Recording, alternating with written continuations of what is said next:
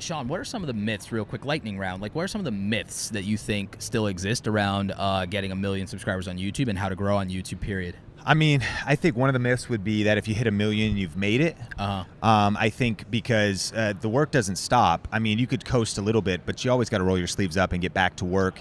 I think another one is that not all 1 million subscribers are the same. I mean, the truth is, even in what our views are on Think Media, depending on the niche and if it's personality-based or even topic-based, sometimes views can still be pretty low because you are maybe talking about one specific thing that it's not a click-through rate of a single value proposition entertainment channel, but you've spread across from like slow motion settings on the 90D to ND filters, like very specific niche things. Do you think that there's like a real dominance in a new YouTube culture of people expecting that subscribers equals views? I think that that's a myth. And I think that sometimes there might not be much of a correlation at all. Now, actually, it gives you a lot more opportunity if you're putting out good content to distribute videos fast, because you at least have a starter group of subscribers that's large that videos can really spread. But the other thing is kind of the mistakes I've made on the journey as well, and that is by doing so many different things, I like to say never upload a video that your subscribers didn't subscribe for. I agree with that 100%. But I've done it all the time. Same here. I break my own rule all the time. And so sometimes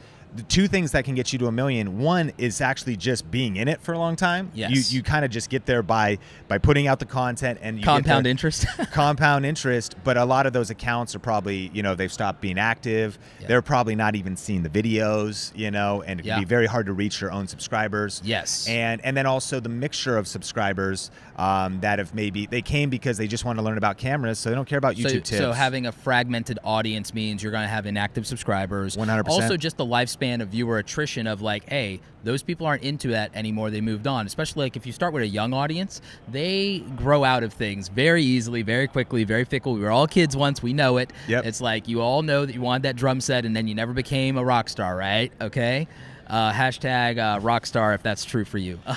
So that's also another thing that's interesting is I just started the Think Marketing channel. We're about to hit 10,000 subscribers, but now I feel like, because I've made a lot of mistakes in the journey, I've learned a lot of lessons, we've interviewed and connected with a lot of people, that it's the most clear, the most dialed, because it should be. It's the newest channel. And now we are about to cross 10,000 subscribers. It's also our video podcast, but it's also funny to watch like click-through rate. Like Think Media can't really get a very good click-through rate. What's the normal click-through rate for that? A lot of times 4.5 is great. That's what's great for me too. Because of also having a lot of subscribers. But Think Marketing is getting like 8, 9, 12, 13 because it's young, because the subscribers are active, but also because the value proposition is super clear up front. And so that they're clicking through. Everyone's there like, yeah, I want this one too. I want this one too.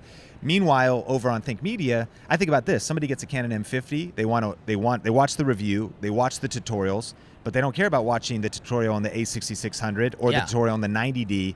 So even when you do a variety, if you're doing a tech blog, not everybody's into every product, every video. That makes perfect sense. So it's really about understanding and finding a way to respect the viewer and what they signed on for at the end of the day. So that's probably one of the biggest secrets